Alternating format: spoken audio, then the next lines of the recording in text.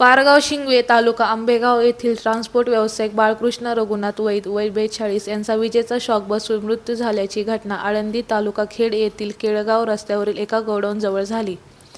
बाळकृष्ण रघुनाथ वैद हे रविवार दिनांक 22 रोजी सकाळी केळगाव रस्त्यावरील ट्रान्सपोर्टच्या इमारतीमध्ये आंघोळीसाठी जात असताना सर्व्हिस वायरचे आवरण निघालेले असताना उघडी केबलचा स्पर्श होऊन मृत्यू झाला। त्यांच्या पश्चात पत्नी, 2 मुले, वडील, भाऊ, भावजय असा परिवार आहे। बाळकृष्ण वैद हे ट्रान्सपोर्ट व्यावसायिक असून त्यांच्या विविध कंपन्यांना माल ट्रक पुरवण्याचे काम करतात।